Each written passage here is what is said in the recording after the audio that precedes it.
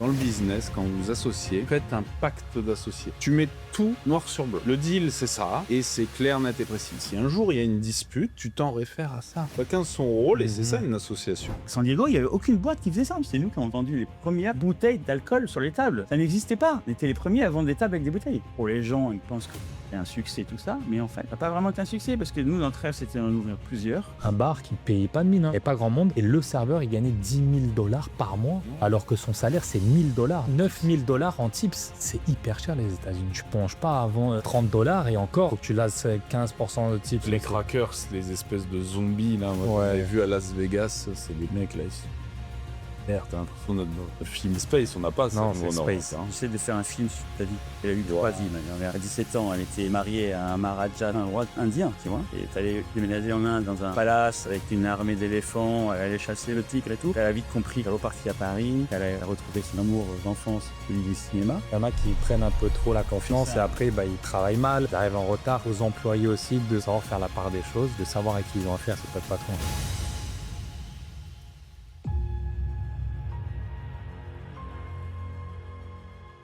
Bienvenue sur le deuxième épisode du podcast Marbella French Connection. Aujourd'hui, on va vous parler États-Unis, parce qu'il y a Franck qui est avec nous, qui va nous débriefer son parcours. Il a passé les 15 derniers jours aux États-Unis. Il a vu le sacre de l'équipe d'Espagne qui a gagné la Coupe du Monde. Donc, il va nous parler un petit peu des insides. Et puis, on va aussi parler du parcours d'Alex, qui a fait un parcours entrepreneurial aux US, également un petit peu en Thaïlande. Il va nous parler un petit peu de tout ça et nous faire aussi des parallèles avec Marbella, hein, parce que moi, c'est toujours le fil conducteur de notre podcast, c'est le business, l'entrepreneuriat et Marbella, la Costa del Sol. Et j'ai deux dignes représentants avec moi pour nous parler de tout ça. Les garçons, Salut. vous m'avez manqué. Ah bah vous m'avez manqué aussi. Salut. Ça faisait un Ça petit fait plaisir de moment. vous retrouver. Ça faisait un moment qu'on était parti sur travailler sur le deuxième épisode. c'est Voilà, vrai. il a fallu s'installer un petit peu, se mettre en place. Et c'est chose faite. Et maintenant, on va pouvoir attaquer le deuxième épisode. Quoi de neuf, les gars? Franck, je crois que tu as plein de choses à nous raconter. Parce que Pas Franck mal de nous choses. revient d'un très beau voyage. Ouais, c'est ça. Très beau voyage. Je vais vous raconter tout ça en détail. Et Génial. ouais, c'était cool. Ouais, On a hâte que tu nous racontes tes vacances. Vas-y. Tes vacances, Dis-nous ta tout. semaine. ouais bah, Tout. je rentre des États-Unis, suivi Wow. l'équipe d'Espagne pour la Coupe du Monde. Bon, vous le savez, mais mon meilleur ami est Aymeric Laporte. Donc en fait, pour cette Coupe du Monde, moi j'ai soutenu l'Espagne. Je suis désolé, mais c'était. T'as eu raison.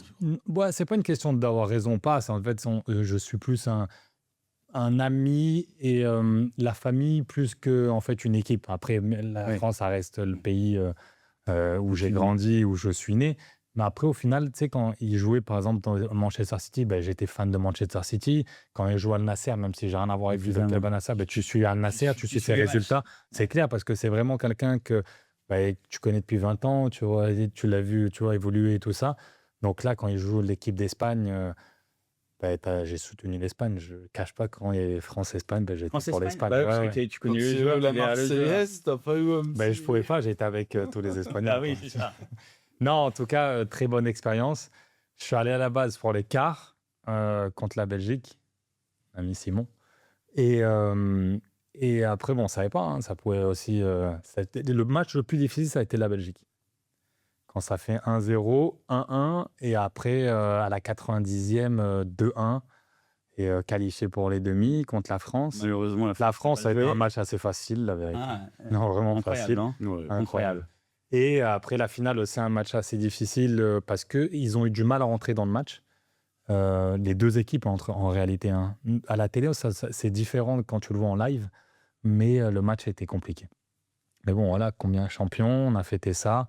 C'était une expérience de malade. Pour les gens qui me suivent sur les réseaux, ils ont pu voir mes stories, même ma photo avec la Coupe du Monde. C'est un truc de fou sur le terrain. Ah ouais, Tu as touché ta parole. Bah ouais, non, je l'ai touché, je l'ai eu dans les mains. Non. Non, c'est fou. T'imagines, quand j'étais gamin, moi, je m'en souviens, en fait, ça m'a rappelé les souvenirs de La règle 98. de la FIFA, c'est la Coupe du Monde, le trophée.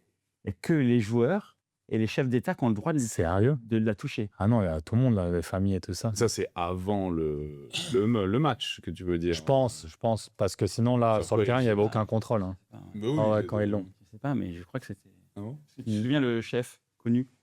Ah non, mais lui, parce Ça le qu'en fait fait. là-bas. Ouais, mais parce que lui, il avait rien à foutre là, quoi. Enfin, Ouais, c'est ça. D'ailleurs, il était. Là, mais ils l'ont pas mis sur le terrain. Il a pas mis sur le Ou terrain. par Ils l'ont la pas mis sur le terrain. chef, Ouais. celui qui Ah, fait ça le aussi fait. le- Ah oui, oui, oui. Ouais. Oui, je Il a me eu du souviens. problème à cause de ça. Ouais. Non, donc Ça, je dis expérience de malade. Moi, en fait, je suis retourné en enfance en 98. Ouais. Mais je te jure, j'ai eu ces sensations-là de dire, imagine, je suis sur le terrain là, avec la Coupe du Monde. C'est un C'est- truc de dingue. Elle pèse lourd, la coupe. Ouais, du elle est Monde. lourde, elle est lourde. Ouais. Elle est Comment lourde. on a dit, Et tu sais quoi, j'ai fait un bisou et elle a comme un goût, tu sais. Là, non, mais c'est un truc de malade. Non, vraiment, quand je l'ai embrassé, je dis, waouh, tu sais, là, incroyable. Franchement, Mais c'était. c'est comme un unique, gamin. hein, parce que les joueurs, ils repartent avec la médaille. Ouais. La Coupe du Monde. La Coupe du Monde, elle est renvoyée à Zurich, je crois, Voilà. donc en Suisse. Ouais. Et eux, ils ont une réplique. Ouais. Ok, qu'ils gardent, Ouais, ils ont ça, une je le réplique, savais. mais une seule réplique. Et en fait, eux, ils ont une petite pour avoir la maison. Et la médaille, je t'ai vu toucher la médaille d'Émeric. Tu Ouais, elle pèse aussi, ouais. Tu vois que c'est de la qualité. Ouais. Champion du monde. Ouais. 2026. Je vous ferai une photo de la médaille quand je le revois. Ouais. Et ils ont eu une bague aussi. Ils ont fait à l'américaine comme la NBA. Ouais. Cette année, ils ont fait 20 bagues d'une valeur de 300 000 euros, je crois, la bague, qui va de toute façon, le jour où ils veulent la revendre, ça vaut beaucoup plus que ça. Et ils font 200 exemplaires à vendre au grand public, en fait. Ah ouais. Ouais, mais qui sera différente de la bague qu'eux, ils ont reçue. Officiel. Mais un truc de malade, ouais. Non, c'était... Ça, j'ai vu que ça s'était vachement américanisé là-dessus. C'est Ouais. Griezmann qui avait lancé ça avec Pogba, la Exact, dernière Coupe ouais. du Monde là, en 2018. Ouais. C'est les quartans aussi. Les quartans, tu sais, les passes Ah, aux ouais, chèvres. ouais, exact. C'est ça C'est américain. développe ça. Ils ont fait beaucoup de revenus grâce à ça. Ah oui, à mort. Oui, Avec les il y a publicitaires, des publicités, tout ça. C'est pour ça que c'est une Coupe du Monde super réussie économiquement. Mhm. Ouais. Après, moi, ça, j'ai pas trop apprécié parce que c'est pas dans notre culture. Non, Ça- je suis d'accord avec ça- toi. hein. Ça coupe le match. Hein. Bah, Alors, ça a été démontré que c'était en faveur des équipes qui perdaient, en fait. mais vous avez joué à Dallas, tu me disais qu'il faisait hyper chaud. Donc, de toutes les manières, il fallait avoir une pause fraîcheur, tu vois. Plus ou moins, ouais, parce qu'après, quand tu joues en septembre, qui joue dans, que ça soit dans le sud de la France ou À à Marseille, ouais. bah, il fait chaud, tu vois ce Chaud, que je veux dire? ouais. Donc après, ils sont habitués pour ça, c'est des athlètes et ils vont pas tomber dans les pommes parce qu'ils jouent 45 minutes au soleil. Hein. Ça coupe le. Ça coupe le match. Non, mais totalement. Après, c'était de toute façon qu'une question économique. Hein. C'était que pour les D'accord. publicités et rien d'autre. C'était pas pour les joueurs, entre guillemets. Parce que les joueurs, ils peuvent aller 2 secondes et s'hydrater s'ils veulent s'hydrater, tu vois. Donc, non, mais en tout cas, les États-Unis, d'ailleurs, on va en parler parce que tu vas nous dire un petit peu, toi, ton expérience. L'organisation Ouais, voilà. américaine, elle est propre. Mais alors, elle est incroyable. Mais qu'est-ce que c'est cher? C'est super. C'est hyper cher, les États-Unis. C'est une dinguerie. Quand je suis revenu ici, donc on est venu à Madrid, célébration et tout ça, et je suis allé donc à laver au train pour prendre le train pour rentrer à Marbella, et j'ai commandé c'est connerie, un poulet frites, et ils m'ont demandé 10 euros. J'ai halluciné. J'ai dit, putain, c'est vrai que c'est pas cher comme ça, quoi, tu vois. Aux États-Unis, tu ne ponges pas avant $30 et encore, il faut que tu lasses 15% de tips inclus dans. Non, c'est très cher, les États-Unis. J'ai eu la même sensation que toi la dernière fois que je suis allé aux États-Unis. J'étais à Miami et j'ai trouvé ça extrêmement cher.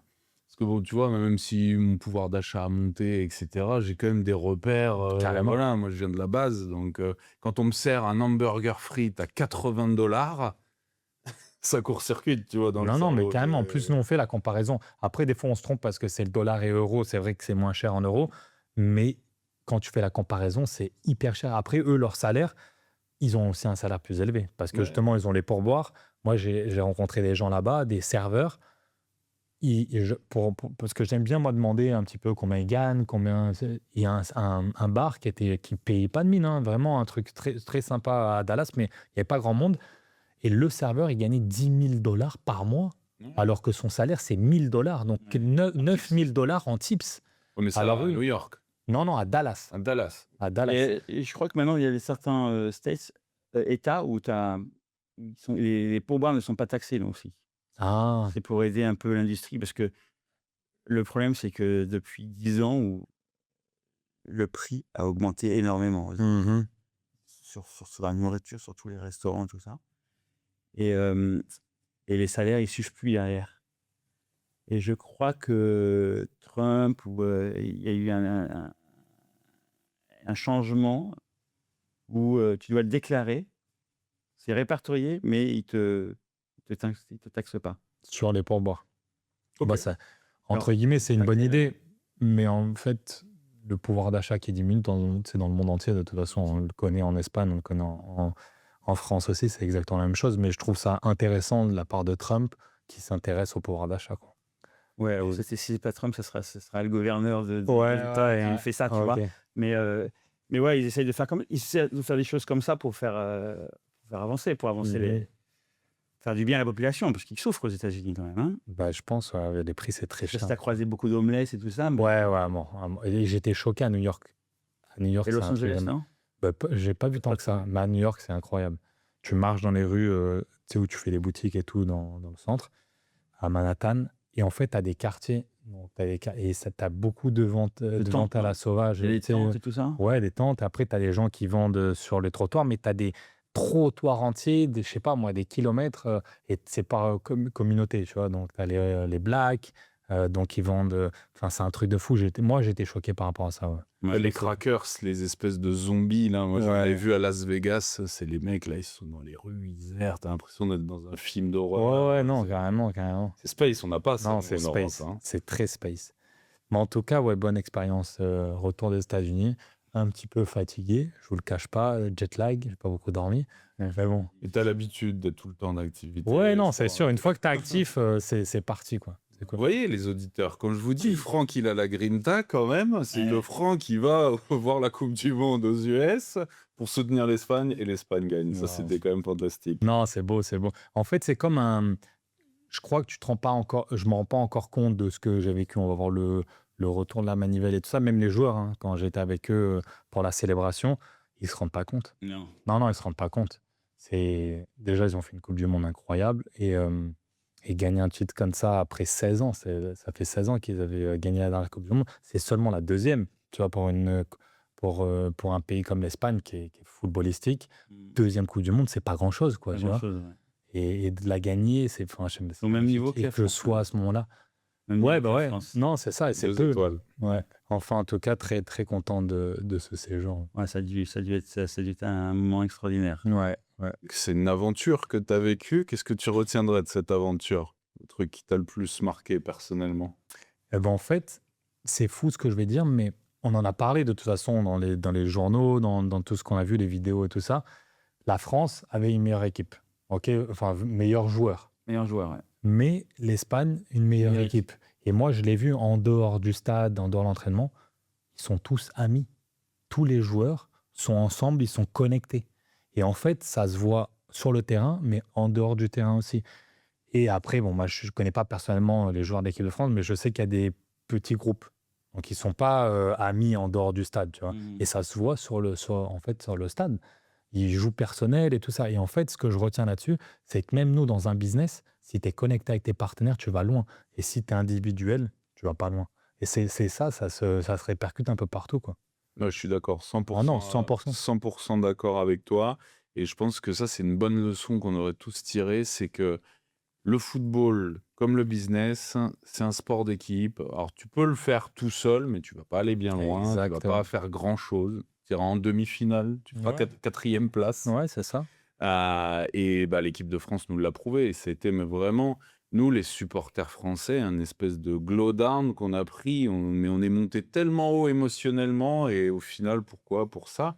Mais est-ce Parce que vous que, pensez bah, que c'est- les ça a été journalistes une- sont quand même aussi fautifs là-dedans, à faire monter la mayonnaise? Ils ont quand même chauffé tout le monde. Et non, il n'y a pas eu besoin de monter la mayonnaise, on se l'est monté tout seul.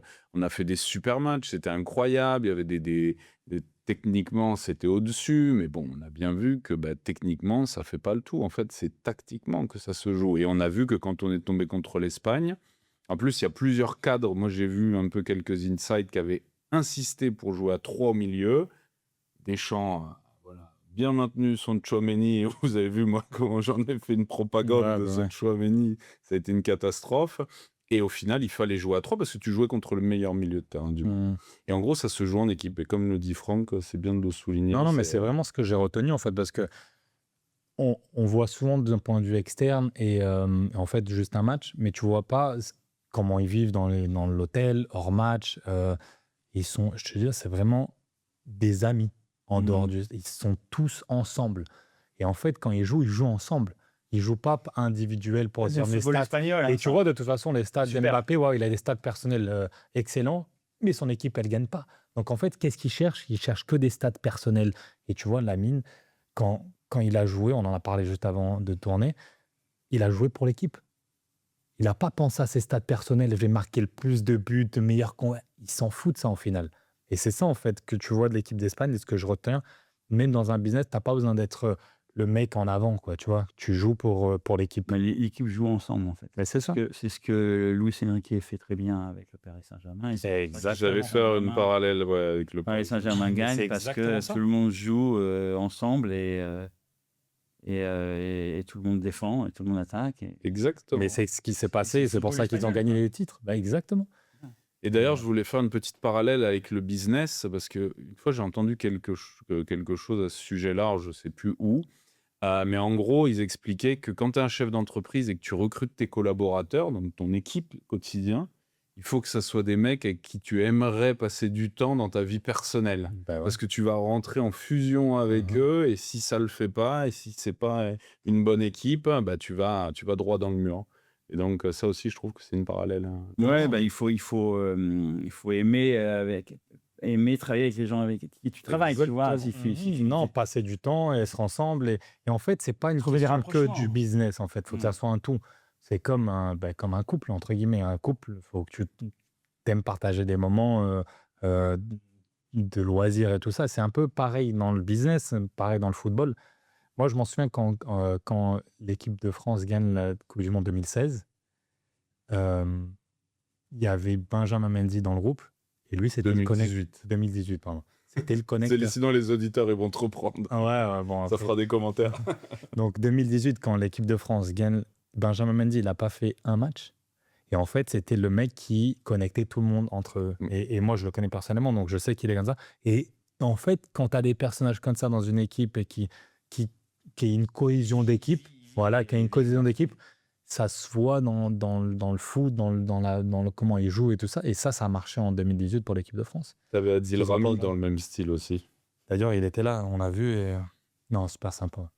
Mais après, tout ça, ça reste quand même une alchimie, c'est hyper subtil. Enfin, moi, je peux vous en parler parce que je suis chef d'entreprise et j'ai des collaborateurs, Exact. j'ai des équipes et c'est tellement subtil. Il y a tellement la virgule au bon endroit. Ouais, carrément. Il y a beaucoup d'imprévus en fait dans tout ça. Ouais, parce que Et- bon, quand tu es une petite boîte, tu peux faire ça, ça peut marcher comme ça, tu vois. Comme une équipe de foot, bon, bah, ils font. Tu vois. Et dès que tu commences à grossir, avoir beaucoup d'employés et tout ça, enfin, Tu es obligé d'avoir des process.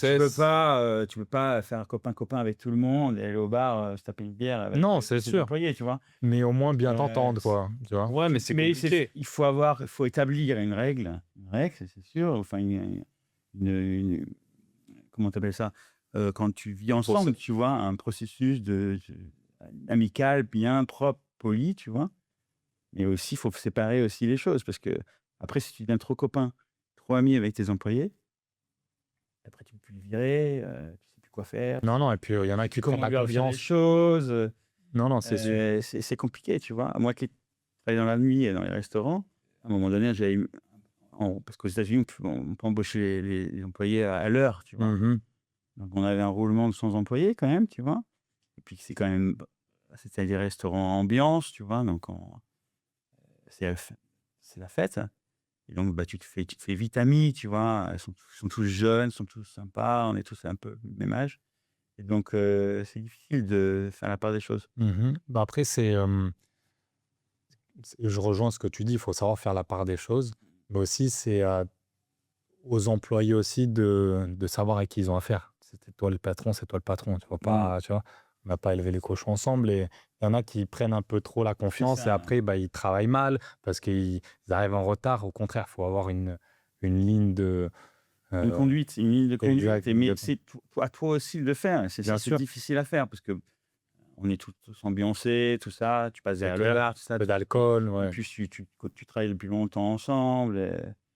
C'est un environnement festif. Donc, Non, mais je rejoins ce que tu dis. Et si on le rapporte au football, le coach, il doit être respecté. C'est lui, voilà. Tu vois, donc lui, il va pas faire la fête ou il va pas. Tu vois, donc il y a une limite entre les joueurs et le coach. Le coach, il est respecté quand il dit quelque chose, tu écoutes ce qu'il dit, quoi. C'est comme un chef d'entreprise. C'est ça, ouais. Exact. Au meeting le lundi matin, Bah ouais. des meetings, Exact. staff. Mais après, il y a quelque chose qui reste de l'ordre du magique quand même. d'accord Quand avec toi. ça le fait, ça le fait. Quand c'est trop calculé, de toute façon, ça marche pas. Faut que ça soit un truc Exactement, naturel. tu vois. Et tu vois, là, l'Espagne, tout était aligné. Incroyable. Pau Cubarsí qui sort un ballon à la dernière minute qui devait rentrer. Donc, du coup, l'Argentine égalisait et au penalty, mentalement, Non, ça c'est clair. aurait été une catastrophe pour l'Espagne. Non, en tu vois. finale, ça joue des fois sur des petits détails qui viennent, un truc que tu peux pas contrôler, quoi.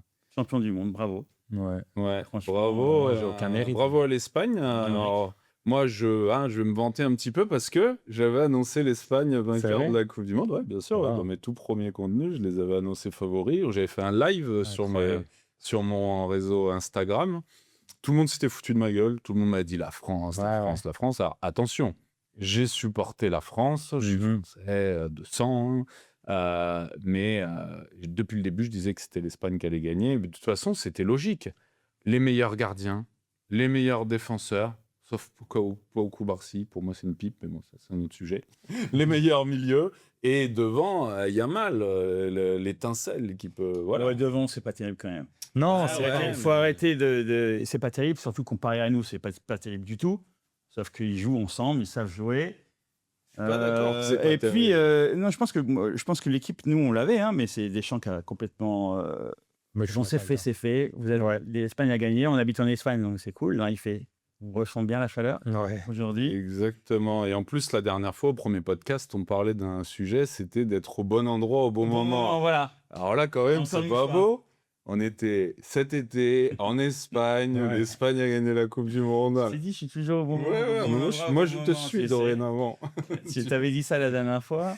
Et en tout cas, merci à toi, Franck, de nous avoir fait vivre cette aventure avec toi. On a pu te suivre en story. C'était vraiment cool. On a pu voir un peu les insides. Et puis, merci pour ce petit retour un peu Ouais, des avec grand États-Unis. Ouais, c'était cool. Donc, écoute, c'est cool qu'on parle US parce que moi, j'ai souvent des questions. Les gens qui me connaissent, ils me disent, bon, très bien, là, c'est qui ton associé, Alex là? Qu'est-ce qu'il fait il fait quoi dans la vie? Qu'est-ce qu'il a eu fait, etc. Donc, aujourd'hui, on vous dédie le podcast de ce jour à ce qu'Alex, un petit peu, se présente et nous parle un petit peu de lui. Alors, moi, il y a une question que Vas-y. je pose à tous les collaborateurs que je recrute. Que je recrute. Non, je te recrute pas, mais je te pose cette question-là pour poser le Tu m'as contexte. déjà recruté. Ouais, je t'ai Mhm. déjà recruté. Je pose le contexte et tu comprendras pourquoi je pose cette question. Quand je rencontre quelqu'un dans l'environnement professionnel, je lui demande toujours quel était le métier de ton père et de ta mère. Voilà. Est-ce que tu pourrais répondre à cette question-là? Alors, ma maman, elle est infirmière. Ok. Elle était infirmière. Et mon papa était directeur d'entreprise parce que ma famille avait des salles de cinéma partout dans toute l'Europe. Et avant ma naissance, ou juste après, on était exploitant de salles de Ok. cinéma. Ok. Ouais, c'est un sacré boulot. Waouh. T'as dû voir. À l'époque, c'était vraiment les cinémas. C'est pas comme maintenant qu'il y a Netflix. À l'époque, c'était tout le monde. Le deuxième mari de ma grand-mère, c'est un Anglais qui a créé les salles de cinéma Cinéac. Cinéac, c'était ciné-actualité. Et donc, dans les années 50, il n'y avait pas de télé. Mhm. Et donc, il avait créé le système il y avait le journal télévisé qui était en boucle toute la journée. Les gens allaient au cinéma. Et les gens pour ça. rentraient dans une salle, ils payaient, je sais pas, ils payaient 55 centimes de francs, tu vois. Ils s'asseyaient, ils regardaient le journal, ce qui se passe dans le monde, ils ressortaient, Waouh. tu vois. Et c'était en quelle année, ça? C'était dans les années 40, 50. Ok. Incroyable. La société a commencé comme ça. Et donc, de fil en aiguille, ils ont eu des salles de cinéma. Après, c'est devenu le cinéma. Les Donc, films. on était exploitant de salles. Donc, on avait plein de cinémas à Paris, à Cannes, partout en France, en Belgique, en Hollande, en Allemagne. Après la guerre, ma grand-mère a acheté des immeubles là-bas. Donc, voilà. Donc, les salles de cinéma, ils ont vendu en fin d'année 70 à UGC. UGC, ah ouais, ils ont racheté. Ouais, et après, donc, mon père a arrêté de travailler. Vous étiez propriétaire des murs ou des fonds de commerce de l'exploitation? Alors, il y avait les deux. Ouais. Cool, les deux. Donc ça a été bien vendu, je pense, non? Ouais, ça a été une super vente, au bon moment en plus, il paraît. Et après ça, ma grand-mère était une grosse femme d'affaires très, très, très dure. Tu m'étonnes. Elle a eu une vie extraordinaire. J'essaie de faire un film sur sa vie parce qu'elle a eu 3 vies, ma grand-mère. Elle était, à 17 ans, elle était mariée à un Maharaja d'Inde. Donc, elle est allée déménager en Inde. Elle est mariée, elle habitait dans un palace avec une armée d'éléphants. Elle allait chasser le tigre et tout. Donc, avec un roi indien, tu vois, dans le nord, au Punjab. Et elle a vite compris que il était trop vieux, elle était trop jeune, il ne voulait pas d'enfant. Donc, elle est repartie à Paris. C'est là qu'elle a retrouvé son amour d'enfance, Reginald Ford, celui des cinémas. Et là, ils se sont mariés et plusieurs années après, malheureusement, il est mort. Il est décédé d'une rupture d'anévrisme. Donc, elle a hérité la société de cinéma. Elle en a développé parce que c'était avant-guerre, ça. Hein. Donc, Wow. et après, il a fallu passer la Deuxième Guerre mondiale, tu vois. Et entre-temps, elle s'est mariée avec mon grand-père, qui était un artiste peintre franco-suisse. Et c'est comme ça qu'on est suisse. D'accord. Et c'est comme ça qu'elle a pu échapper aux Allemands grâce à son passeport suisse et traverser les Alpes à pied avec ses 2 enfants, mon père et mon oncle, jusqu'en Suisse pendant la guerre, parce qu'elle était quand même juive. Hein. Wow. Parce qu'il n'y avait plus d'ailes, plus d'eau, plus d'électricité à Monaco, il n'y avait plus rien. Et après, donc, ils ont habité en Suisse pendant longtemps. Ils ont des histoires avec les Suisses, les banquiers suisses. Évidemment, quand tu arrives, ils ne te reconnaissent plus. Hein. Donc, ils sont fermés. Ils te rachètent tes billets ou ton or à 1% du prix ou 10% du prix. La guerre, c'est horrible. Hein. Ah ben, ils ont dû perdre de l'argent, ça c'est sûr. Et après, elle a passé sa vie à Cannes. Ah ouais. On avait une villa sur le port du Mouret Rouge. Et elle a fait beaucoup, beaucoup de donations, de charité, de ça. C'est elle qui a financé. Peut-être cousins, s'il faut tous les deux. Non. C'est elle qui a financé les fouilles. Elle a reçu les fouilles en Égypte. Elle a reçu la Légion d'honneur.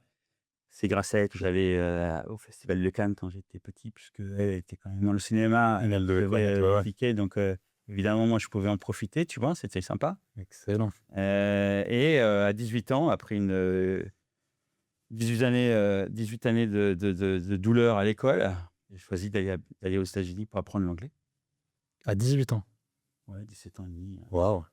C'est ma maman, elle m'a dit, écoute, tu as fait 15 pensions, partout dans toute la France. C'est soit tu vas à Paris dans une boîte à bac et puis je t'enferme, tu mets 4 ans pour avoir ton bac, tu mets 4 ans. Soit tu adores la Thaïlande, parce que j'avais vécu déjà 1 an en Thaïlande quand j'avais 12 ans. On avait fait 1 an, parce que mon oncle habitait Thaïlande. Quand on a vendu la société de cinéma, mon oncle est parti le plus loin possible de sa maman, parce que ça a été tellement difficile. Il est allé s'installer en Thaïlande. D'où les histoires familiales avec la Thaïlande. Et donc, quand j'avais 12 ans, il est tombé malade, gravement malade, et donc on est allé habiter là-bas pour que mon père soit proche, soit reste avec lui. On a passé 1 an là-bas, et depuis cette année-là, moi je revenais tous les années en Thaïlande en vacances l'été. C'est pareil, j'ai gardé beaucoup d'amis déjà de cette époque-là, tu vois. À l'époque, la Thaïlande, c'est pas ce que c'est aujourd'hui. Rien à voir. J'avais 12 ans, donc Bah ouais. ça fait 40 ans. C'était incroyable.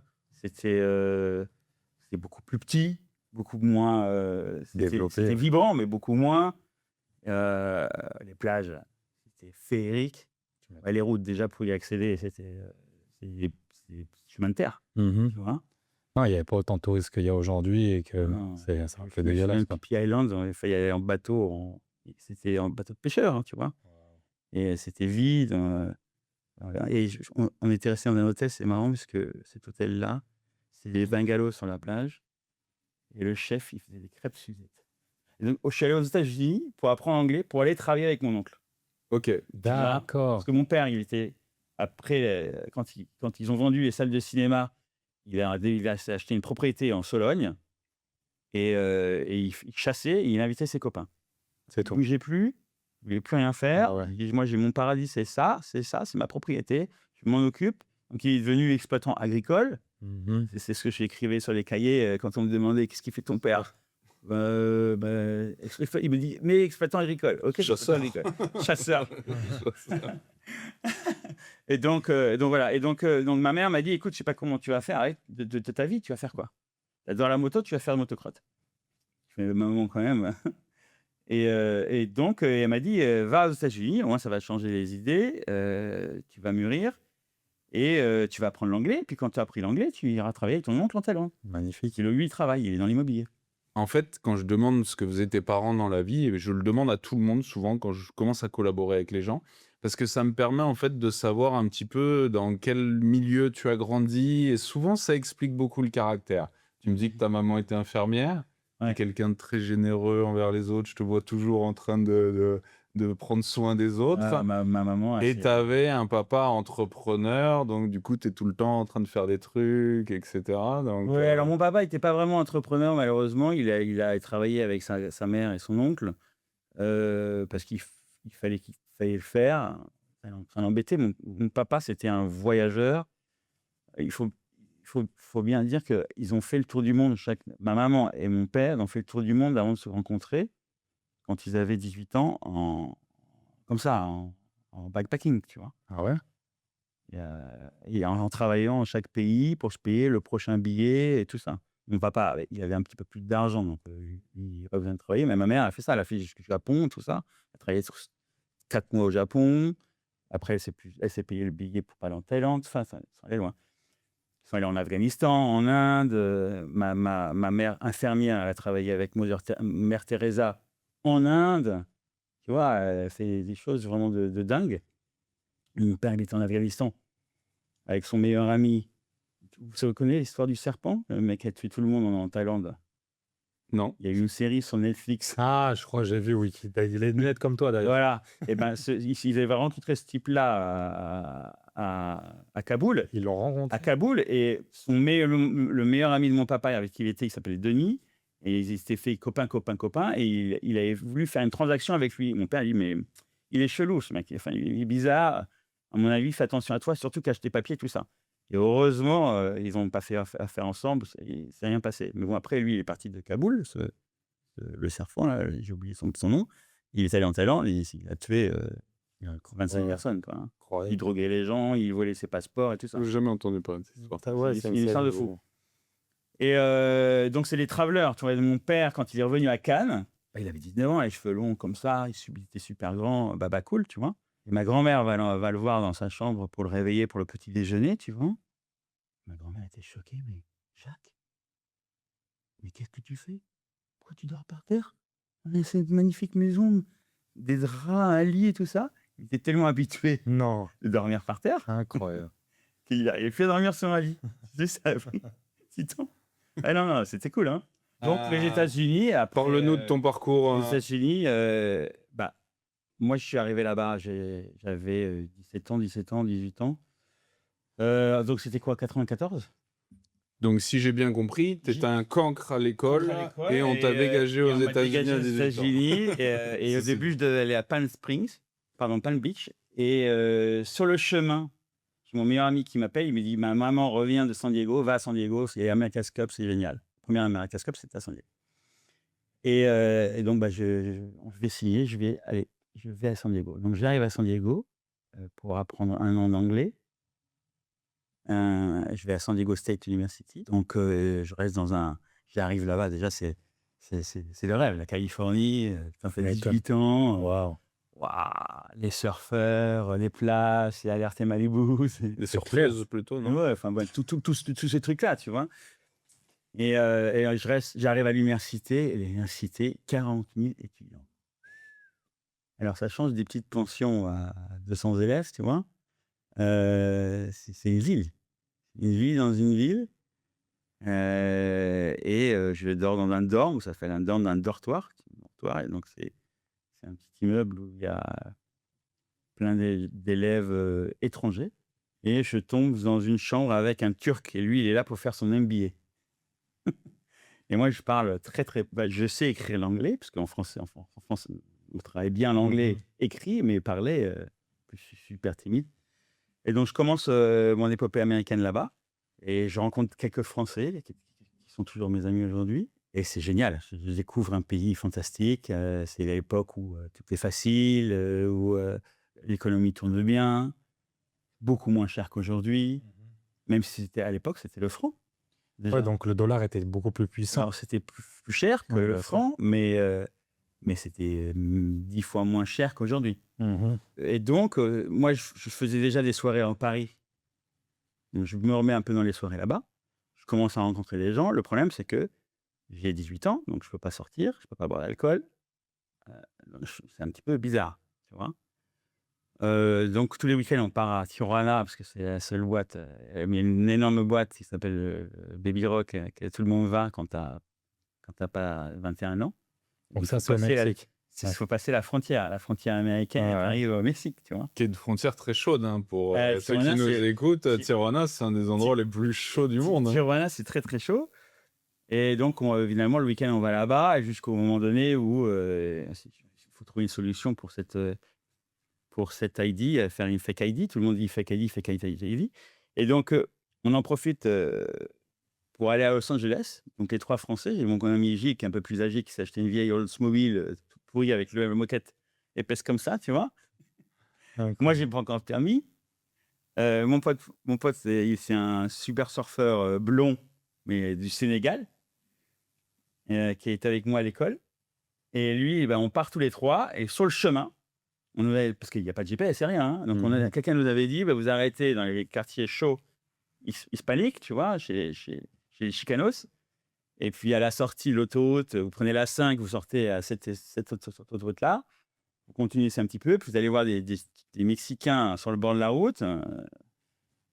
Et puis, vous arrêtez, puis vous leur demandez de faire une fake ID, tu vois. OK, donc on part. On prend la sortie en question, on arrive dans les quartiers. Hop, le Mexicain, il fait, on veut 2 fake ID. OK, comme, ta. My friend, c'est pas my friend, j'arrive pas à faire l'accent. Mais bon, c'est pas du ça. Et au moment où il nous donne les cartes, mon ami africain, là, il dit, je vais négocier le prix. Il Donc, fait, le Sénégalais blond. J'ai que $80, j'ai pas 100. Le Mexique fait, mais non, mais je t'avais dit que c'était 100. Il fait, non, j'ai que 80 finalement. Il fait, voilà, il y a les Mexicains qui arrivent de tous les côtés. Je m'étais dit, toi, tu veux qu'on se fasse tuer? Ah ouais, c'est chaud là. Je dis, OK, fait, tiens, il lui refile les $20. On part avec nos fake ID et on dit, on file à Los Angeles, on va directement à la boîte de Johnny Depp. À l'époque, ça s'appelait le Viper Room, sur Sunset Boulevard. Et on va se faire une soirée, quoi. On garde la voiture, on va à la porte, le videur, il regarde le truc, il prend les trucs, il les déchire, il les jette. Premier sort. Mon pote Gilles, qui était plus âgé, il rentre dans la boîte.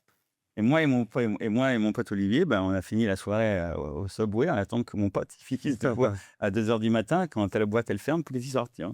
Ça a été mal commencé, le truc. Donc, du coup, tu es resté combien de temps aux États-Unis? Et donc, je suis resté, cette fois-ci, je suis resté jusqu'à 23 ans.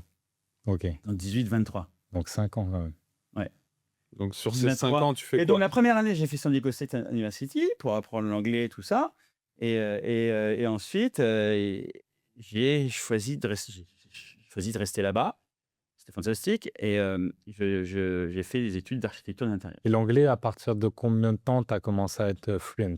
Franchement, 6 mois. 6 mois. Quand le téléphone sonnait à la maison, je décrochais pas, quoi. Ah ouais. Bah ouais, j'étais encore timide. C'était un peu difficile. En plus, mon nom, il me demande de Maria. D-E space Maria M-A-R-I-A. What is it? C'est infernal. Ouais. Tu transpires, tu sais, Ouais, non, surtout quand en fait t'es jeune et timide en fait. Mais maintenant, tu le referais, tu le ferais à l'aise. Parce que justement, avec la maturité, en fait, les gens, moi, qui me demandent par rapport aux langues, quand on me parle de langue, en fait, je dis, mais faites des erreurs, on s'en fout, personne ne va se foutre de votre gueule. Mais c'est vrai, quand j'étais jeune, moi, que je suis venu à Marbella, moi, c'est un peu la même chose que toi aux États-Unis, mais moi, je suis arrivé ici à 18 ans, je ne parlais pas l'espagnol, je ne parlais pas l'anglais. Sauf qu'ici, ça parle espagnol et anglais. Ouais. Il n'y a pas beaucoup de français. Mais en tout cas, et quand j'étais à table avec des Espagnols et des Anglais qui parlaient, j'avais honte de parler, en fait. Tu vois, donc, je n'osais pas, quand je parlais, je faisais des erreurs. Ouais, t'es timide. Alors qu'aujourd'hui, je mets à une table, mon anglais n'est pas excellent, je parle, j'en ai rien à foutre. Oui, c'est ça. Ouais. Parce que justement, je suis Peut-être fier de tu m'as pouvoir parler le français, l'anglais, l'espagnol, et celui qui se fout de ma gueule, qui me parle français Je ou suis, 3 langues. je suis totalement d'accord avec toi. Non, mais c'est clair. Souvent, les gens, ils ont tendance à nous chambrer un peu les Français parce qu'on ne parle On a pas les langues l'accent, étrangères. Mais eux, qu'est-ce qu'ils parlent? Exactement. Hein, les Donc, en Américains, là, les ouais, Néerlandais carrément. et tout, ils parlent quoi? Ils parlent Carrément. anglais, néerlandais. Ah, mais ça, Ouais, les Américains, ils parlent que l'américain. Hein. Ouais, les Américains, pire. ils Non, parlent c'est que clair. Et anglais. les Anglais qui viennent ici, ils parlent qu'anglais aussi. Donc, et quand ils essaient de parler espagnol, ils sont catastrophiques, beaucoup plus que nous, quoi. Ouais. Mais non, mais je rejoins exactement ce que tu dis par rapport à ça. Quand tu es jeune, tu es timide, t'oses pas, machin et tout. Et au final, un conseil que moi je peux donner, cassez-vous la gueule en apprenant les langues, en faisant des erreurs. N'ayez pas honte en fait de parler parce que de toute façon, c'est comme ça qu'on apprend. Et en faisant des erreurs, personne va se moquer de nous en fait. Personne. Et tu vois, c'était marrant parce que le podcast précédent, on parlait des rencontres que tu fais parfois dans la vie qui peuvent changer ta destinée. Bien sûr. Tu vois, donc le premier jour de classe, donc à l'université de San Diego, donc je vais là-bas je cherche ma classe, j'arrive à un pupitre et tout ça, je sais pas quoi, et je regarde et je rencontre quelqu'un, un autre garçon, il me fait Hi, how are you? Je fais Hello, et lui il me fait T'es français toi? Cette personne c'est Gilles, et lui il avait déjà fait la Sorbonne, il était en MBA aussi. Ok. Et donc, il m'a pris sous son aile. Et donc, du premier jour, je l'ai suivi. Et puis, et lui, il connaissait déjà San Diego. Il Top, était déjà venu en vacances. Il connaissait des gens qui étaient déjà cool, tout ça. Et c'est grâce à lui que j'ai rencontré mes futurs associés plus tard. Excellent. Tu vois, de fil en aiguille, en fait. Et donc, j'ai fait ma première année à San Diego. Après l'université, j'ai fait architecture d'intérieur. Ok. Et la première année, c'était dans le campus de San Diego. Et la deuxième année, c'est le campus à Los Angeles. Et donc, j'ai fait un an à San Diego, où là, je commençais déjà à sortir. C'est bon, j'avais résolu tous les problèmes de carte d'identité. J'avais une carte d'identité qui marchait. Je pouvais Mais au sortir fait, et tout tu l'avais ça. payé combien du coup, ça là? Bah, gratuitement, finalement. Ah ouais. Finalement, figure-toi que dans le dorm, à 2 portes à côté, il y a un Italien. C'était là. Excellent. Sans force. L'Italien, il me dit, écoute, vas-y, file-moi ta carte d'identité française. Tu te souviens, la marron, là? Ouais, ouais. Et t'es plastifié, Changer la le tienne. 6, je fais un 3, c'est de prendre. Mais il l'a gratté avec une petite aiguille, tout ça, nanana. Et après, on l'a fait, tu sais, Plastifié, ouais. plastifier. Et ça a marché, même à Las Vegas. On Même à leur Las fait Vegas. confiance aux Italiens de Ouais. faker. Ils un sont truc. forts, ils sont forts. Grâce à lui, il m'a sauvé la vie parce que je serais parti. Ah ouais. Tu peux pas, tu peux pas, tu peux aller nulle part. Tu peux aller pas boire un verre, tu peux pas aller en boîte de nuit, tu peux. Ouais, surtout à cet âge, Tu peux pas traîner avec des Américains dans les maisons à se bourrer la gueule. Les mecs, c'est des demeurés, hein. Ils sont complètement dans les frat house là où ils boivent la bière, c'est pas les tuyaux. Ouais, avec les tuyaux, des trucs comme ça. En fait, ce qu'on a vu nous les vidéos. Ils sont lourdingues. toi, tu quoi, les as vois, vécus, quoi. Les spring break et tout, ils sont lourdingues les mecs, tu vois. Ah ouais. Donc c'est pas mon truc. Et donc on a commencé à sortir à San Diego. J'ai commencé à refaire quelques soirées comme ça, associé avec des gens qui faisaient des soirées un peu connus. Et à San Diego, il y avait cette boîte qui s'appelait Olé Madrid, qui était une boîte légendaire. Olé Olivia Valère ici. Ah ouais. Olé Madrid dans les années 80, 90, début 2000 à San Diego, à Downtown. C'était la boîte de nuit, 3 étages. C'est fabuleux. Et donc moi, je traînais tout le temps là-bas et je me suis fait super ami avec les propriétaires qui sont devenus, non un, est devenu mon futur associé plus tard. Et Eux, ils étaient de quelle origine? mexicain. Ah ok. Ouais, mexicain-américain. De toute D'accord. façon, les gens les plus cool en Californie sont les mexicains-américains. Mhm. Tous mes amis étaient tous à peu près, pas vraiment américains. Mhm. Surtout à San Diego. Parce que San Diego, c'est quand même super Ouais. mexicain. Heureusement qu'ils sont là, tu vois. Exact. Ouais, c'est un peu comme Miami. Puis on a la en même fait. culture, on a la même, tu vois, on est élevé pareil. On se fait des bouffes à la maison, on se fait des barbecues, on se voit, quoi. On se voit le dimanche, on voit pas seulement. Hi. Et donc, je fais un an là-bas. Après, je déménage à Los Angeles. Et à Los Angeles, j'arrive dans un monde fabuleux. Quelle ville de fou. Les meilleures années de Los Angeles. Ça devient vraiment le place to be. Et là, à ce moment-là, tu fais des rencontres un peu de stars, À Los Angeles, tu Mais c'est ça. C'est pour ça que je te pose la croises question. partout. Moi, j'étais tout le temps dans les soirées, dans les boîtes de nuit, tout ça. Donc, je les croise. Je me suis fait ami avec plein de gens, plein de trucs. Après, j'ai fini par prendre un premier appartement, après un deuxième. J'ai déménagé 3-4 fois à Los Angeles, toujours dans le quartier d'Hollywood. Et là, À ce je finis moment-là, ma... à ce moment-là, combien ça vaut à peu près un appartement aux États-Unis? Pour avoir un ordre d'idée. Ça valait rien. Ah ouais. Voilà. San Diego, ça valait rien. Si j'ai pas été, j'aurais été. À un moment donné, on avait loué une super maison victorienne, Ok. donc avec la vue sur downtown San Diego. On a un quartier vraiment, ça craignait, mais qui est devenu maintenant un super quartier. Et à 2 minutes du centre. Cette maison-là, je crois qu'elle était à vendre moins de $300 000. Il y avait un jardin, belle maison victorienne, 2 étages. Incroyable. Et on l'a loué, Aujourd'hui, je sais ça pas vaut combien combien on ça? Aujourd'hui, 1 million. T'es à 10 000 Facile, dollars un du million. mètre carré hein, sur San Diego. Hein. Je crois que j'avais regardé les dernières fois. C'est Et ultra là, il cher, était à San Diego. 20 000, je crois, du mètre carré. Ouais, ça Dire une dépend quel bêtise, quartier, il hein, c'est sûr, hein. faudra fake, C'est immense. Quartier, c'est immense, checker ouais. le truc. Mais... Et donc, j'arrive à LA et là, je découvre une ville fantastique. Je me fais pas mal d'amis. Et à un moment donné, je rencontre cette Asiatique hyper cool avec sa femme, 2 Asiatiques. Eux, ils arrivent de San Francisco. Ils sont un peu plus âgés. Et on devient hyper potes. Eux, ils habitent dans une maison de dingue, tout en haut au-dessus de Sunset, avec la vue sur tout Los Angeles. Et cet ami-là, il me dit, écoute, je suis sur un business là, rentre avec moi, ça va être génial. Je vais ouvrir un restaurant avec d'autres associés. Si tu as de l'argent, rentre dedans. Il te demande d'investir. l'argent, Il te il me demande demande d'investir. d'investir. Ouais. Il me dit, vas-y, ça va être super. Nanana. À ce moment-là, pardon. Hein. À ce moment-là, tu as Alors moi, confiance en lui. j'ai même pas 21 ans, hein, C'est officiellement. ça. Donc, tu n'as pas 21 ans, il te demande d'investir une personne que tu connais pas. Ouais, non, on se connaît parce qu'on fait la tête tous les jours ensemble, tu vois, on devient super potes. Ouais. Et il me dit, écoute, rentre avec moi, je t'assure, je te promets. De toute façon, quand tu voudras partir, je te rembourse. Donc, j'appelle mon père, je lui dis, écoute, papa, écoute, Envoie 1 j'ai un million. investissement à faire. Non, vas-y, si tu peux me prêter 60 000 balles, tu vois, 50 000 balles, ça c'est pas, 50 000 $. Et là, j'avais 4% je crois, de la boîte. Ah ouais. 4%. Ouais. Sacré Tu investissement. vois, donc c'était beaucoup d'argent pour moi. Et puis, c'était mon premier investissement quelque part. Je me au projet, tout ça. Et pourquoi il a besoin de toi pour te faire rentrer Il me dit, non, il n'y a pas besoin. Il dit, moi, je vais mettre l'argent, tout ça, avec d'autres gens, mais je te propose, moi, je prends 5% ou c'est 5%. Mais Comme ça, pour le kiff. 50 000 balles pour le kiff, tu vois. Ouais. Ça va être génial, ça va être l'endroit de place to be de Los Angeles.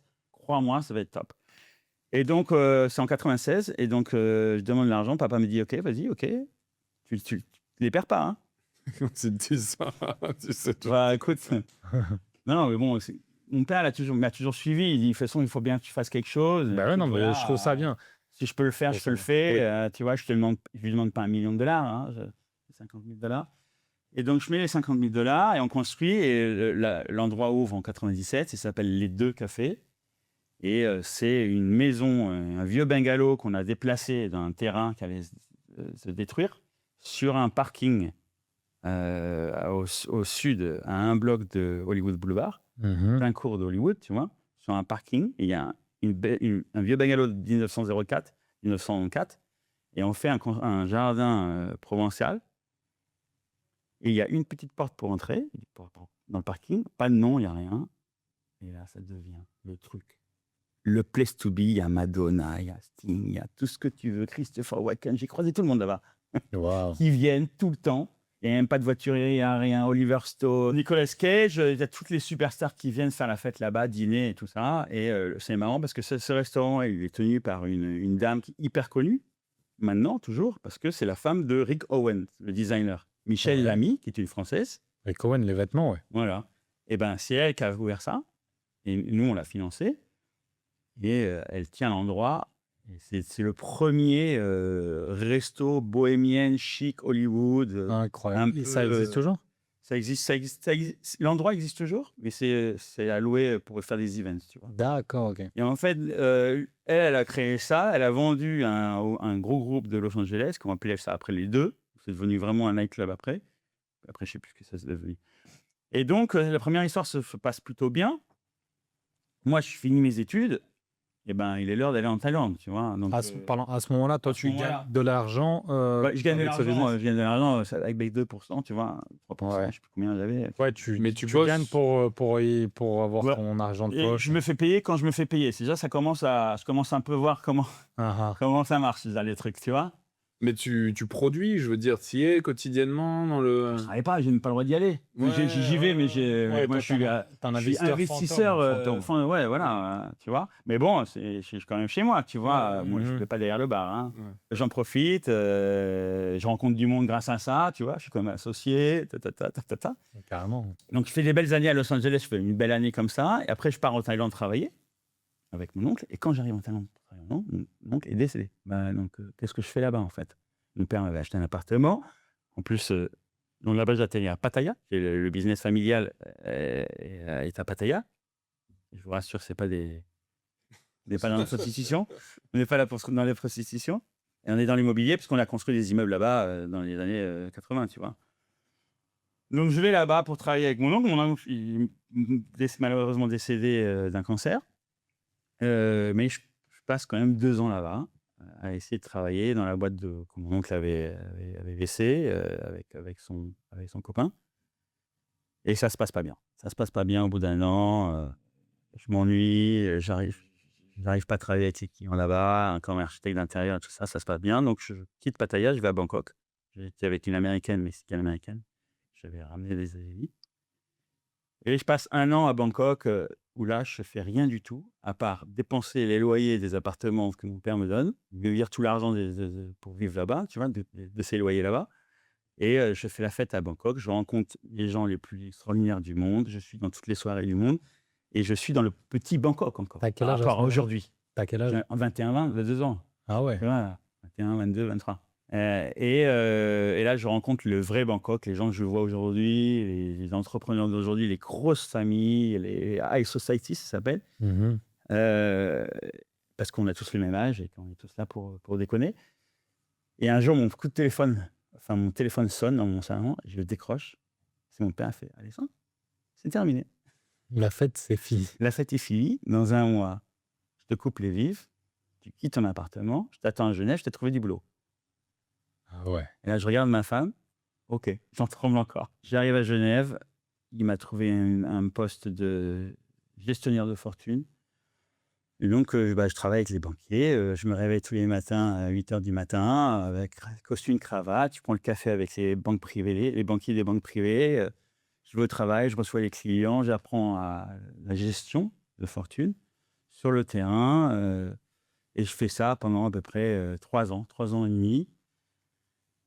Ensuite, mon papa malheureusement décède d'un cancer foudroyant. Et là, je récupère les affaires familiales. Et je me lance dans l'immobilier avec plusieurs associés dans des affaires différentes. Et là, je gagne très, très bien. C'est des opérations, énormes opérations. Je suis au bon moment en Suisse. J'achète des immeubles de rendement. Et les rendements sont très, très bons. J'achète à 5-6% de rendement, ce qui était très bien à l'époque.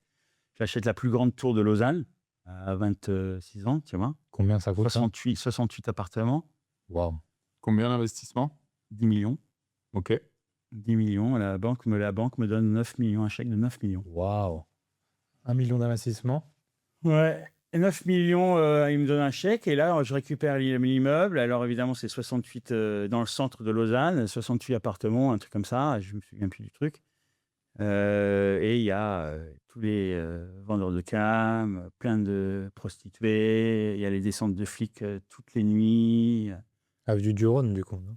Hein? C'est à Lausanne, tu Non, veux c'est dire. Lausanne. Ah, je pensais à Genève. La tour Caroline, ça Ok. s'appelle. C'est la plus grande tour. Mhm. Lausanne, c'est juste pour situer par rapport aux éditions. C'est à 1 heure de Genève. Ouais, C'est c'est en- côté Lac Léman. allemand. Non, c'est français. C'est français, français, ouais. ouais. D'accord. Et donc là, on se met là-dedans, on bosse là-dedans, on essaie de s'en occuper. Je fais d'autres transactions immobilières à Neuchâtel. On achète un immeuble à Marlborough. Enfin, je fais des gros trucs. Ça marche super fort. Mais j'aime pas la Suisse. Je m'embête. Après la Thaïlande, après 3 ans avec les banquiers, j'en peux plus. Qu'est-ce que t'aimes pas en Suisse?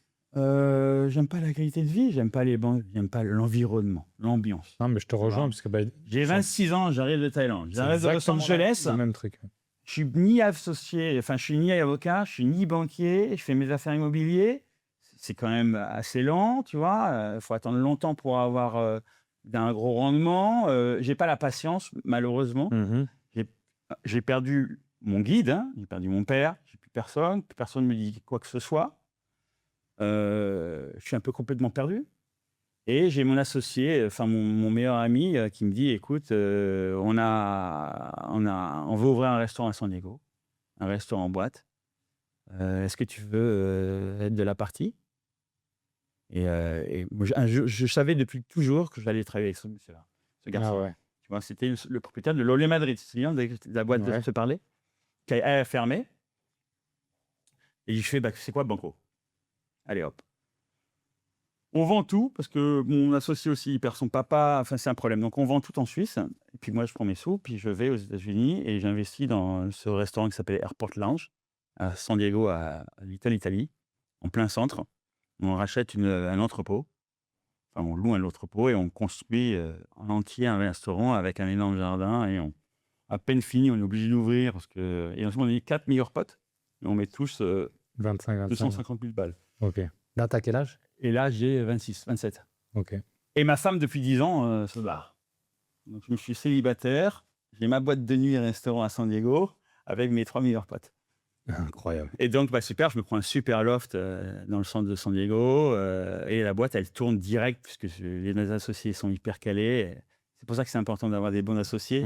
Ils ont déjà un nom, ils sont établis. Ça faisait longtemps que leur boîte était fermée, enfin quelques années. Donc, tout le monde attendait qu'ils ouvrent un autre établissement. Là, quand on ouvre, ça dure 4-5 ans, parce qu'à un moment donné, il y avait beaucoup trop de Mexicains et des gens de Tijuana qui venaient, et ça partait un petit peu ça devenait un peu dangereux, tu vois. Ah ouais. Et moi, je voulais pas. On avait des problèmes à la porte, tu vois. Il y avait beaucoup de bagarres, tout ça. Donc, entre-temps, on avait ouvert un petit restaurant mexicain dans un autre quartier, tout simple, avec une super déco, et ça avait cartonné. Et donc, on fait, écoutez, on ferme Airport Lounge, vite fait, on refait une déco à la mexicaine, rapido, avec des taggers, on appelle des taggers des hop, et on rouvre en Super El Camino. Tu vois, Le restaurant, Airport Lounge devient El Camino. Le petit restaurant mexicain s'appelait El Camino, et là on fait le grand, on ouvre un deuxième et on fait Super El Camino. Néon, ça pète de partout. Et donc on ouvre ça, et ça dure 14 ans. Et je vends le deuxième année. Je reste à San Diego, donc 10 ans, 12 ans. Ça cartonne à mort. On fait 3 millions de dollars par an à vendre des Corona et des tacos, tu vois. Je commence à 25%, je finis à 65%. Ah ouais, t'as racheté. Tu vois, donc j'ai racheté tout le monde. Donc attends, excuse-moi, je te coupe 2 secondes. Ça, on n'a pas eu trop l'occasion d'en Non. parler jusque-là, tous les deux, mais au final, ton plus gros skills dans ta carrière professionnelle, c'est HR, au final. C'est de gérer un restaurant, quoi. Bah, en fait, pas vraiment gérer, Bah, mais t'as fait 14 ans, c'est ça? connecter les gens et les bons associés, et faire créer quelque chose, créer une affaire, et créer une ambiance et tout ça. Et bien sûr, j'ai participé à l'ambiance, à tout ça. J'y étais tous les jours, mais on avait des directeurs, on avait des trucs, directeurs de salle et tout ça. Mais il fallait bien faire tout ce qui est la programmation musicale, parce qu'il y avait des DJ tous les week-ends, toutes les semaines. Il y avait Taco Tuesday, il y avait live band, il y avait karaoké. Non, c'est un sacré Tu boulot. vois, le brunch toute la journée le dimanche. Non, on faisait des grosses soirées, hein. C'était une boîte de nuit, parce qu'aux États-Unis, on était Airport Lounge, c'est nous qui avons vendu les premières bouteilles d'alcool sur les tables. Ah ouais. Ça n'existait pas. En 95, tu sais, à San Diego, il n'y avait aucune boîte qui faisait ça. On était les premiers à vendre des tables avec des bouteilles. Ça marche du tonnerre. Pour les gens, ils pensent que c'était un succès, tout ça. Mais en fait, ça n'a pas vraiment été un succès, parce que nous, notre rêve, c'était d'en ouvrir plusieurs, dans plusieurs villes différentes. Et on n'a jamais réussi à lever l'argent pour grossir. Tu voulais faire quoi, une franchise ou tu voulais Non, on voulait ouvrir dans d'autres villes et ouvrir d'autres. Et j'ai pas réussi à lever les sous, malgré que ça marche bien. Et un jour, j'en avais marre de la Californie. Il y a toujours des moments, des hauts débats avec les associés, tout ça. Je sais pas, j'ai eu un coup de barre et j'ai décidé, allez, c'est bon, Californie, ça suffit. Je veux rentrer à la maison. Au bout de 14 ans, c'est ça? Ouais. C'est quoi que tu trouves pas pour t'épanouir dans ta vie Bah, au tu sais, quotidien? j'avais quand même une Californie? vie assez quand même mouvementée, tu vois. Je vais beaucoup. Je voyageais pas mal encore en Thaïlande. Il fallait gérer les immobiliers là-bas. Il fallait que je gère aussi ma famille en France, ma famille, ma mère et ma sœur, ma sœur qui était jeune, ma maman qui était toute seule depuis la mort de papa. Donc ça faisait beaucoup de voyages. Et donc le restaurant c'était super, mais on arrivait à un moment donné où bah qu'est-ce qui va se passer? Tu vois, faut que j'avance. Je gagne bien ma vie avec ça, mais bon, ça n'avance pas. Et donc je décide de partir. Et on met le restaurant en vente. Je pars en France, je rencontre ma femme et je pars en Thaïlande. Je repars en Thaïlande. Ah ouais. Voilà. Vivre en Thaïlande, m'occuper des affaires là-bas. Et entre-temps, le restaurant se vend. Là, je me mets à 100% dans le trading, avec l'argent du restaurant, où là, je fais x12 de mon investissement. Qu'est-ce que tu veux dire par le trading? Je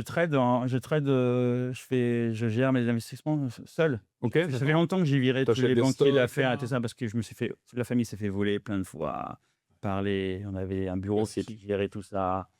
Ça a été Le un family enfer. office. La family office, ils nous ont tout volé. Enfin, c'était un enfer. Et donc moi, l'argent du restaurant, je vends le restaurant 6 mois, 1 an avant un an et demi avant le Covid. J'ai une chance de dingue à mon associé. Et après, bah, je fais des super investissements. Et jusque le Covid arrive en Thaïlande, il ferme le pays. Et pendant 3 mois. Et dès qu'il rouvre, on prend le premier avion en France, on ne rentre pas. Avec ma femme et ma première fille. Et là, on arrive à Paris et je continue mon trading de mon appartement. De toute façon, on est en lockdown, hein, de toute façon. Hein.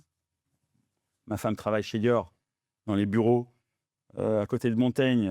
Toutes les fenêtres sont ouvertes, ils sont en manteau de fourrure, il n'y a plus de voyage. Elle s'occupe de tout ce qui est les boutiques Dior, multimarques, dans toute la zone URSS, tu vois. Il n'y a plus de voyage, il n'y a plus rien. Ma sœur qui habite à Marbella, elle me dit, mais vous êtes dingue, venez à Marbella, quoi. Tu vois, finissez l'école, la maternelle, là, l'année, et puis venez, rejoignez-nous. Et c'est ce qu'on a fait. Donc j'arrive en mai, il y a 4 ans et demi, 5 ans. Et je m'installe à Marbella. C'est la première. C'était vraiment la fois destination que j'aurais jamais pensé Ah ouais. atterrir. L'Espagne, à Paris-Bissau, je connais bien de l'Espagne. Et j'arrive à Marbella. Heureusement, j'ai beaucoup d'amis ici, à travers des amis français qui étaient à l'école en France, tout ça. Donc j'ai un noyau d'amis très très proches ici, en plus de ma sœur et de ma mère.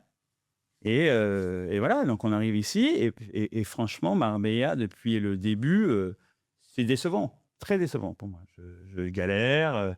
Enfin, j'adore la vie, hein, les business et l'argent, tout ça. Ça me procure rien. J'essaie de faire plein de choses à mon arrivée et ça ne mord pas. Je tombe pas sur les bons associés, les bonnes personnes. Ça traîne. Je perds plein de trucs. C'est l'Andalousie. Ah ouais, et en fait, je perds 2 ans, 3 ans comme ça, tu vois. Ouais, c'est pas évident au début. Le marché immobilier qui explose. Porto Banus, je voulais louer une boutique parce que au départ, j'avais une franchise de galerie d'art à ouvrir. Une très grosse franchise française. Et ouvrir la 28e boutique ici, tu vois. Et Banus, du jour au lendemain, ils m'ont demandé, ils sont passés de 15 000 à 30 000 euros de loyer. Je n'avais pas envie de me prendre un loyer de 500 000 euros par an. Tu vois, ou 300 000 euros, plus, enfin, ça fait 500 000 euros. Donc, voilà. Et donc, de fil en aiguille, je rencontre Émeric. Et maintenant, on a fait Marbella French Connection, tu vois. Et maintenant, on fait des podcasts. Et maintenant, je te rencontre toi, tu vois. Mais ça prend du temps. Bien et bizarrement, je vais te dire, moi, qui ai vécu partout dans le monde, je me suis fait des amis comme ça. Une ville, je la bouffe en 1 mois, je connais tout le monde. Tu vois, tu me donnes 1 an, je suis le maire de la ville. Et à Marbella, Non, c'est pas parce facile. que Marbella, ça n'a jamais été mon style. C'est pas mon style de gens. Ça ressemble à la Californie, mais c'est pas la Californie. C'est pas les gens que je côtoie. C'est pas le bon style. Tu vois. Et donc ça m'a vachement desservi. Et ça m'a pas aidé. Et ça m'a bloqué même. Moi, je suis gentil, tu vois, je dis les choses, tu vois. Tu m'as demandé combien de fois, quand tu m'as dit tu veux faire un podcast, moi, je saute sur les trucs. Je suis le premier à faire des choses et à faire des projets. J'adore ça, à lancer des trucs, tu vois. Mais alors que quand tu proposes et que oui, d'accord, on se reparle la semaine prochaine, oui, peut-être, oui, ça m'intéresse, tout ça et ça. Non, Perds mon Alors, temps. Franck va Je perds- pouvoir nous parler peut-être un peu plus en Je détail. perds mon temps avec des personnes comme ça, tu vois. Mais après, je te rejoins là-dessus, mais après, moi, j'ai appris aussi à faire les choses tout seul et Ça, je rien sais pas attendre faire. des autres. Tu vois. Je sais pas faire. Parce qu'au final, si tu attends de quelqu'un, ben, ça peut prendre des années ou alors ça va pas forcément aller dans ton sens. Ouais. Et les gens, ils parlent beaucoup et au final, ils font très peu de choses. Donc, en fait, le mieux, c'est de faire seul les choses, tu C'est vois. ça. Et Et- maintenant, ouais, vas-y. Et après, en fait, tu le fais et après, tu as des gens qui vont venir petit à petit dans le bateau. Mais en fait, toi, tu crées la chose, Ouais. comment tu veux la créer. Et après, en fait, ça attire naturellement des gens qui te correspondent, en fait. Et ça a été mon erreur, d'attendre les Je gens pense. et de penser qu'il fallait que je fasse ça avec des gens parce que je suis dans une nouvelle vie, une nouvelle, tu vois. Alors que- j'ai perdu mon temps et maintenant avec la maturité, j'ai 50 ans cette année et maintenant je vais faire les choses seul Exactement. et Et à ton goût et à comment mon tu veux goût. le Et faire. en plus, maintenant, je sais exactement ce que je veux faire. Avec l'expérience que tu as. Et donc voilà, donc j'attends les prochains projets et tout ça. Et je fais toujours mon trading à la maison. Et les gens sont tellement Wow. curieux. Et ça, tu fais rentrer des investisseurs ou tu fais que ton Ouais, je fais art, comme moi. que toi, Ah ouais. tu vois, et ça marche. Je fais comme moi. Ouais. Je fais comme moi, mais je prends des cours. Là, je vais Bien. reprendre un mois de stage. J'essaie de perfectionner, tu sais. Super. Et en fait, à la fin, j'ai pas d'employé. Mhm. Le risque, c'est moi qui le prends. Voilà, Tu exactement. vois, j'ai pas de compte à rendre. Et j'aime bien ça. Et je fais ça avec toi, le business à côté. C'est parfait. Parce que je reste dans l'hospitalité, que j'adore. Mhm. Est-ce que ça J'ai te jamais réussi à trouver un placement ici qui me plaît pour ouvrir. Ok, et pardon, tu voulais dire quelque chose? Ouais, je voulais juste te demander, est-ce que ça te manque du coup, parce que tu as passé tellement de temps à gérer des restaurants, est-ce que ça te manque cette expérience? Est-ce que c'est quelque chose que tu aimerais refaire dans le futur? Ah, ça me manque beaucoup. Ça me manque beaucoup, mais ce qui me manque, gérer le restaurant, ça me manque pas parce que je l'ai jamais géré moi. Et puis c'est ce qui est chiant. Mais avoir mon établissement et y être tous les jours et le faire comme je veux et mettre la musique que je veux, la couleur, le mur, le truc, ça manque, tu vois. Et puis c'est quand même, ça fait plaisir quand tu es dans ton établissement, tu vas derrière le bar et que c'est plein, et tu appuies sur ton ordinateur et tu vois les sales que tu fais. Et tu vois les gens qui dansent, qui s'éclatent. Ah ouais. Ça te fait plaisir, tu vois. Et ça, c'est quelque chose que tu aimerais bien monter à Marbella, du coup? Ah ouais, j'aimerais bien. J'ai un truc simple, un peu, tu vois. Mhm. Non, ça sert à rien de Il n'y monter un a truc pas de énorme. bar à Marbella, je veux dire. Ouais. Pas un seul bar pour aller boire un coup. Non, c'est pas faux. Tu vas prendre tes Romano, c'est tout. Ponte Romano. Payer Ouais. vers 25 €. Ouais. Les bars espagnols pourris. Ouais. Un tournage. Il n'y a pas de Ouais, mais entre ça milieu, change. tu vois. Ça change, entre il y a milieu. la population de Marbella est en train de changer et Bien sûr. il y a Et des justement, on a opportunités. besoin de personnes fait. comme toi avec un Il faut background, créer une autre tout ça. ambiance, tu vois. Et puis, je pense qu'à Marbella, on est tous un peu fatigués de toutes ces marques, toutes ces brands, toutes ces choses que Ponte Romano apporte, tu vois. Enfin, Bon, après, les c'est un types point qui animent positif ça. aussi. c'est bien pour l'hôtel. Un hôtel, c'est bien. Mais en dehors, tu n'as pas besoin d'une marque. Il faut un truc avec un peu un cachet. Bien, un truc. Bien sûr. Moi, j'aimerais bien un jour. Ouais. Donc voilà mon parcours, tu vois. Donc, j'ai eu pas mal de vies différentes. Ouais. Et donc, tout était intéressant à chaque fois. Bon, cool, ça Des permet... bons et des mauvaises affaires, comme tout le monde. Chaque entrepreneur, tu sais, j'ai pas fait que des bonnes affaires. Avant les deux On restaurants, a tous comme toi, on a j'ai- tous fait des mauvaises j'ai eu un affaires. restaurant espagnol, on a tout perdu. Alex, maintenant, pour conclure ce podcast, moi, j'aurais aimé que tu mettes en perspective un petit peu qu'est-ce que tu avais en Californie que tu n'as pas ici à Marbella et l'inverse. Parce que Marbella, quand même, si tu y es, et quand même, tu en parles quand même souvent avec amour, c'est que tu y es bien. Qu'est-ce que tu as à Marbella que tu retrouves à Marbella que tu n'avais pas en Californie? Déjà, à Marbella, ça ressemble beaucoup à la Californie. Ouais. C'est la même architecture, c'est le même climat à peu près. Il y a la mer. La seule chose qu'il n'y a pas à Marbella qu'il y avait à San Diego, par exemple, c'est petit. En fait, c'est un petit village. San Diego, ça fait C'est immense. 1 million d'habitants. Donc ça me plairait que ça soit un peu plus grand quand même. C'est un petit peu petit, même si ça grandit, c'est super. Ouais, mais ça a ses avantages aussi. Il y a les avantages d'être bien. C'est comme un petit quartier de San Diego, voilà. Ouais, c'est vrai, en C'est ça. fait. C'est un petit quartier de San Diego. Et donc, c'est super parce qu'on est en Europe, c'est super parce qu'on est proche, on est à la maison. Et donc ça, je retrouve un peu la Californie ici, dans ça. Et ce qui manque, c'est le système américain, c'est beaucoup plus dynamique, c'est beaucoup plus facile de faire les choses. Ça fonctionne, quoi. Le système fonctionne bien. Ici, c'est un petit peu... Ça c'est lent, quoi. fonctionne, mais c'est lent. C'est lent, quoi. C'est lent. Et puis non, mais même aux États-Unis, tu rencontres tellement de gens, tout le monde, ils sont pro-business. Ouais, mais aussi avec le côté hypocrite, fake, tu vois. Je pense que quoi qu'il se passe, de toute façon, tu gagnes, tu perds, tu vois. Et aux États-Unis, attention. Aussi. Il y a de tout. Il y a de tout. Comme ici, il y a de tout. Oui, non, de toute façon, ce qu'on a parlé tout le long du podcast, c'est l'expérience que tu as eue avec la première affaire aux États-Unis. Au final, une rencontre, quelqu'un que tu connais en boîte de nuit, tu l'as rencontré, et au final, il n'était pas honnête, même s'il avait beaucoup d'argent, et tu as dû aller en procès avec lui. Tu peux avoir la même rencontre ici, donc attends, de toute façon, il faut faire attention. Tu l'as eu en Suisse. Exactement, et je l'ai eu en Suisse, imagine. En Suisse, quand est-ce que tu vas penser qu'en Suisse, un mec, il va vouloir te la mettre? En fait, c'est une expérience de vie que ça peut se passer autant à Marbella, en Suisse, aux États-Unis, un peu partout, en fait. Tu vois. Alors moi, petit conseil pour les auditeurs qui nous regardent et pour les associations, je conseille un truc. Dans le business, quand vous associez, faites un pacte d'associés. Ça se fait chez le notaire. Tu mets tout noir sur blanc, d'accord? Tu dis voilà, le deal c'est ça, de tant de pourcents, de ci, toi tu vas être en charge de ça, toi tu vas être en charge de ci, et c'est clair, net et précis. Si un jour il y a une dispute, tu t'en réfères à ça. Ouais, ton associé, s'il commence un peu à péter un plomb, à changer son mindset, etc., tu fais oh, coco. Ou tout mélanger, ouais. On s'est engagé. Toi, tu fais ci, moi, je fais ça. Chacun son rôle, et c'est ça une association. Tu vois. Non, c'est important. Et je vous encourage à faire le pacte d'associés. Des fois, tu le fais pas parce que tu dis c'est un ami. J'ai pas envie. Au final, c'est ce qu'il y a de pire. Exactement. Que ce soit 1 euro ou 1 million d'euros, il faut toujours faire carrément. Carré pour pouvoir justement, s'il y a un problème, régler les affaires, tu vois. Exact. Et garder une amitié. Garder une amitié. Ouais. Je vais te dire, moi, mon associé américain, on est toujours super potes, ça s'est très bien passé. Tout a toujours été super carré. Évidemment, parfois, il y a des décisions, c'est normal. Bah oui, dans un business. Dans un business, on n'est pas toujours d'accord. Mais comme tout a été carré depuis le début, ça s'est fini très bien.